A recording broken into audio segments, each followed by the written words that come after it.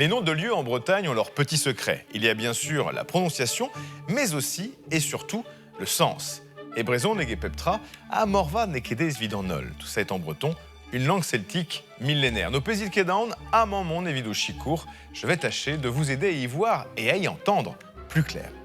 Il n'est pas rare en Bretagne comme ailleurs de croiser un nom de lieu assez banal, Bel Air.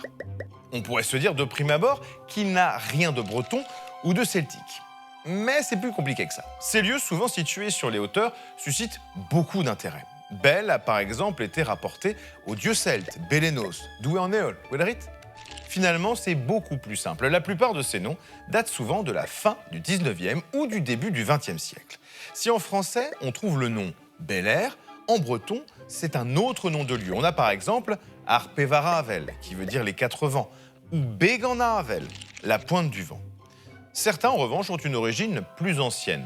Le Bel Air de Lannion est une traduction de Kera-Havel, littéralement la ville du vent en breton, Ker pour ville, Havel pour vent. Mais comment Ker, ville, devient belle en français? Eh bien tout simplement grâce à une erreur de traduction, car en breton, Ker, K-A-E-R, veut dire beau.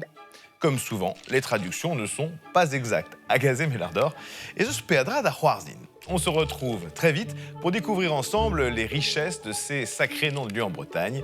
Et mi chance et au scléror évidor, à Kenarvechazem au Pesseron.